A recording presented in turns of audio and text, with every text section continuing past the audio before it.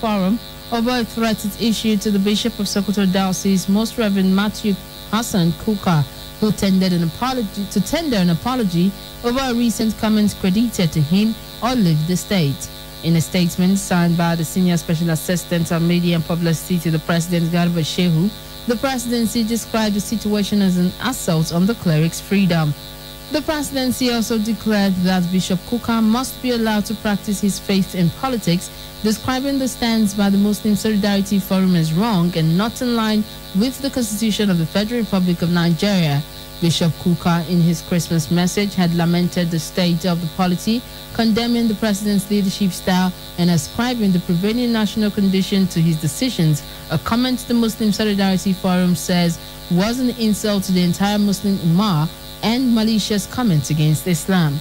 While admitting that Bishop Kuka offended many with his controversial remarks against the government and the person of the president, the presidency called for restraint, warning that groups or factions such as the Muslim Solidarity Forum must not give quick notices, neither should they unilaterally sanction any perceived breaches. And the Permanent Secretary in Edo State Ministry of Communication and Orientation, Joseph Sede, has commended KU 92.7 FM for its quality programming and news reportage. Sede gave the commendation on Thursday when he paid an advocacy courtesy visit to the management of the station alongside some directors in the ministry. Thank the KUMFM for its cooperation with the government, how they have helped to disseminate information about the government. They've been doing very well. I want to appreciate them and to solicit that continue and further strengthen this relationship. We also have purpose of our visit to familiarize with this establishment and to discuss modalities of further strengthening our relationship, giving them seamless information for onward transmission to the people of Edo. He said the state governor, Godwin Obaseki, has achieved a lot in his first term in office, but reassures residents that the governor will do more in his second tenure.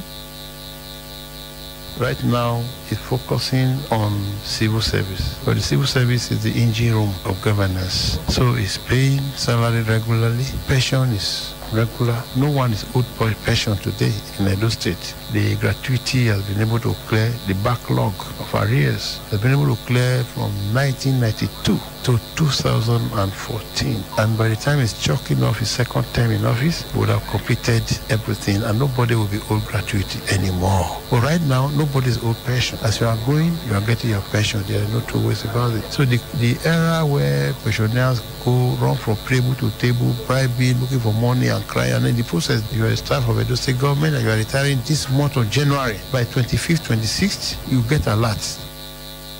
The Permanent Secretary and his team were received by the station manager of KU 92.7 FM, Saliu Ibrahim. A tricycle rider has been sentenced by a magistrate court to 3 months imprisonment for attacking patrol operatives of the Federal Road Safety Corps in Benin, Edo State.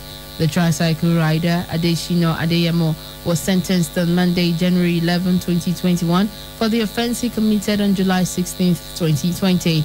Adeyemo had stripped himself naked, attacked the operatives, and inflicted damages on their patrol vehicle along Sapele Benin Road.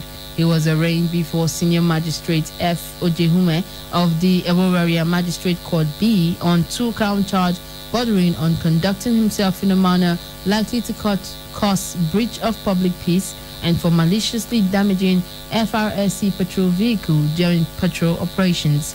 The defendant was found guilty as charged, but in line with the 2019 sentencing guidelines, the magistrate noted that he was entitled to allocutus. As such, the sentence was mitigated. Adeyemo was asked by the court to pay the sum of 5,000 naira or face 1 month imprisonment for the first count charge against him. The second count charge, the tricycle rider, was asked to pay 41,000 or face 2 months imprisonment. And the federal government on Thursday disclosed plans to commission a database center towards mainstreaming the geospatial information acquisition and use in the country.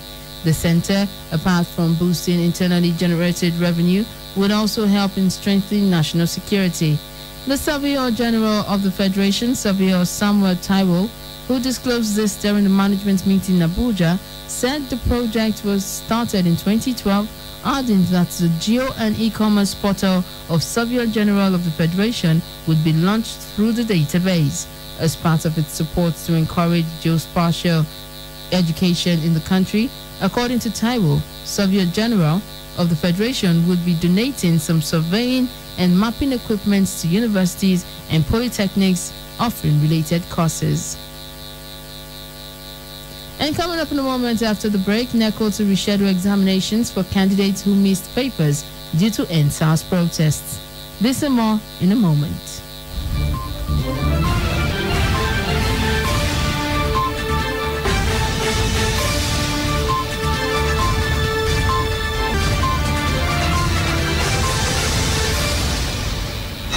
Split seconds. There is a lot happening around us, but we can't be everywhere all the time. We've got work, families, and chores to cater to, and most importantly, time to rest. And that's why having reliable partner like KUFM News is important. Sleeping? We don't. We work round the clock, bringing you stories as they break from Nigeria and across the world. We would stop at nothing to keep you informed, because KUFM News is all about you and stories that affect you. Politics, business, human interests, sports, entertainment, just name it. We've got you covered. KUFM News. Timely, precise, spot on.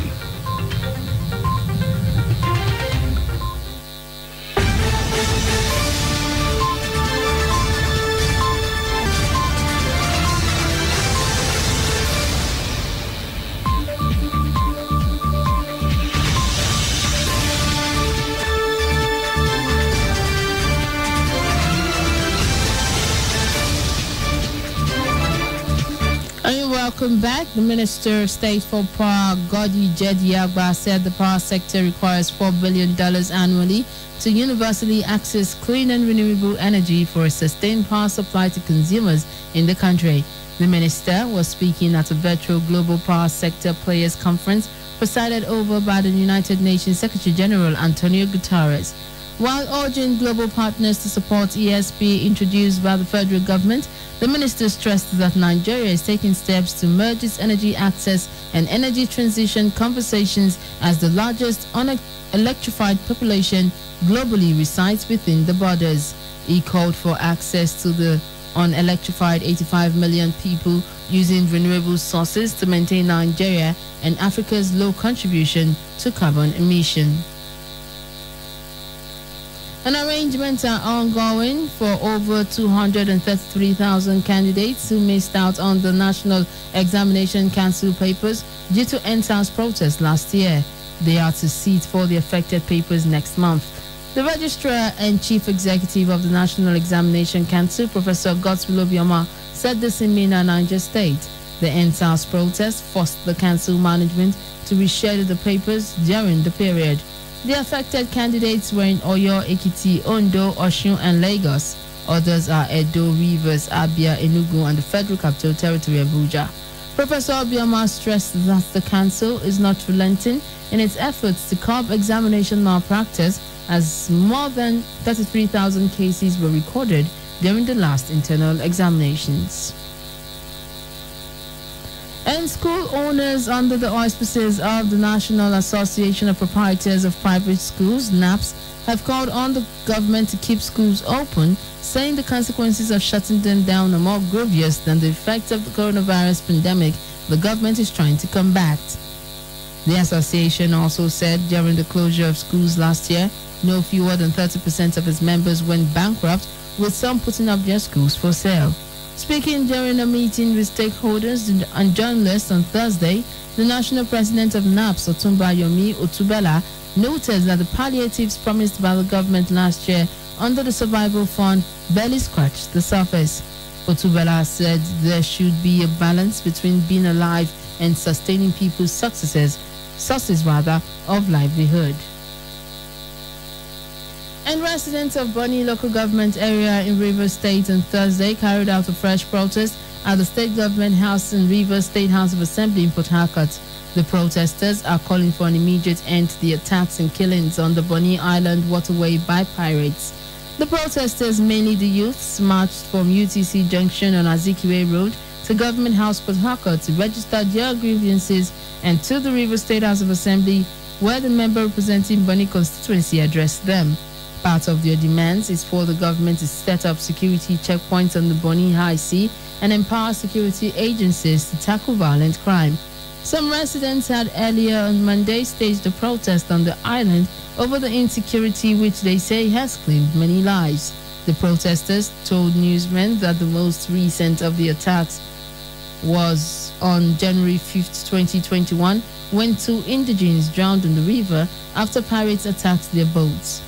They added that the pirates, after the attack, made away with valuables from the passengers and asked them to jump into the high sea. And coming up in a moment in entertainment news, actress Nkechi Blessing gushes over Ramsey Noah on movie set in America. Details of this in a moment.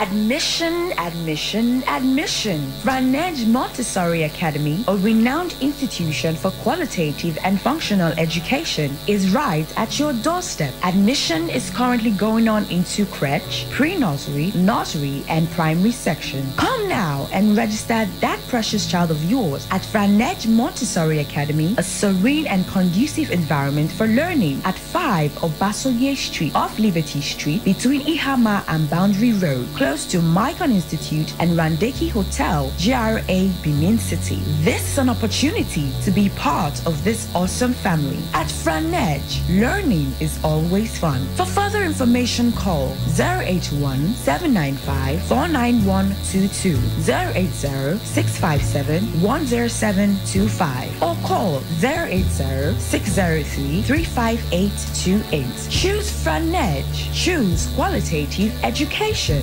Franedge, a center of excellence.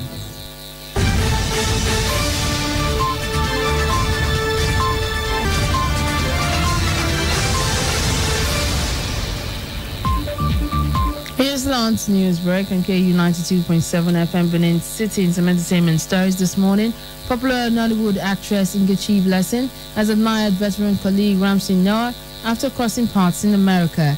The movie stars are currently working together on a movie in America titled Web, which will be showing on Netflix later this year. According to Nkechi Blessing, the 50-year-old actor looks like he did not age a day after 30, as she referred to him as ageless in the post on Instagram. And the Daily Show host Trevor Noah has bought a mansion in Los Angeles, California. The 11,000 square foot sprawling home is surrounded by lush greenery in the swanky Bel Air neighborhood. It has a pool on one of its upper decks, a media room, floor-to-ceiling windows, an office, a spa, and a library. According to the Los Angeles Times, Noah bought the home, which has 6 bedrooms and 11 bathrooms, from architect Mark Rios. Rios is the owner of an LA-based design firm named after him, but the large property may not be for Noah alone. A source says Noah and his rumored girlfriend, Minka Kelly, are planning to live in the new home as a couple. Noah and Kelly have not publicly confirmed their relationship. Finally, on a sad note, word the owner of Planet One Entertainment, Shaka Momo, is dead. He died Thursday, January 14th, after a long battle with diabetes. He was in the hospital for a while treating the ailment until his death. And that's it from entertainment. And in sports, Nigeria's Golden Eaglets face Burkina Faso in WAFU B semi-finals. Details of this and more when we come back.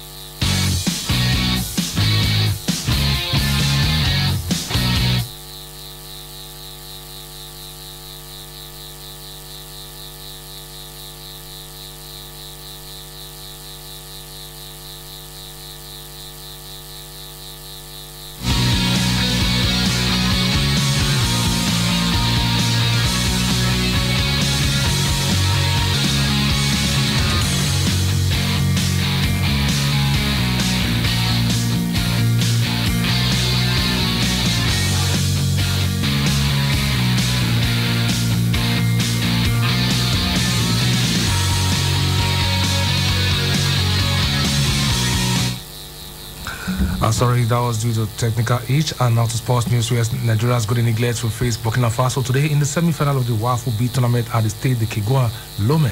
The five-time world champions came second in Group B behind Cote d'Ivoire, who did them a big favor by edging out Ghana 3-1 on Tuesday. The Eagles started the competition with a 1-0 defeat to the Ivorians before battling to a 1-1 draw against perennial rivals, Ghana.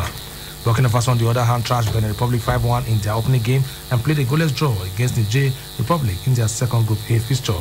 The winner of the game is guaranteed a place at the Africa Under-17 Cup of Nations, scheduled for Morocco later in the year.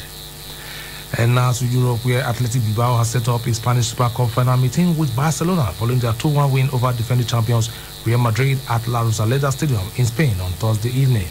Raul Garcia pulled the visitors in front after latching onto a true ball and slotting home in the 18th minute, and the striker got his second from the penalty spot in the 38th minute after Lucas Vasquez had fouled Inigo Martinez.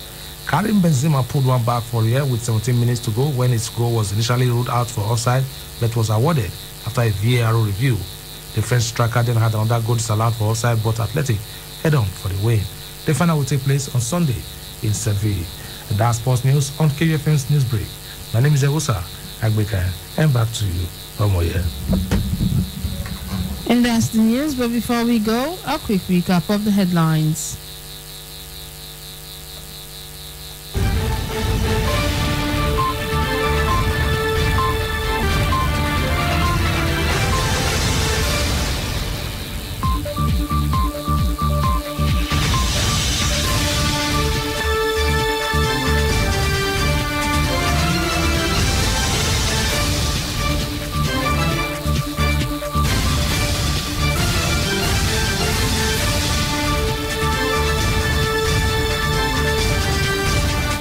Presidency Falls Group asking Bishop Kuka to leave Sokoto.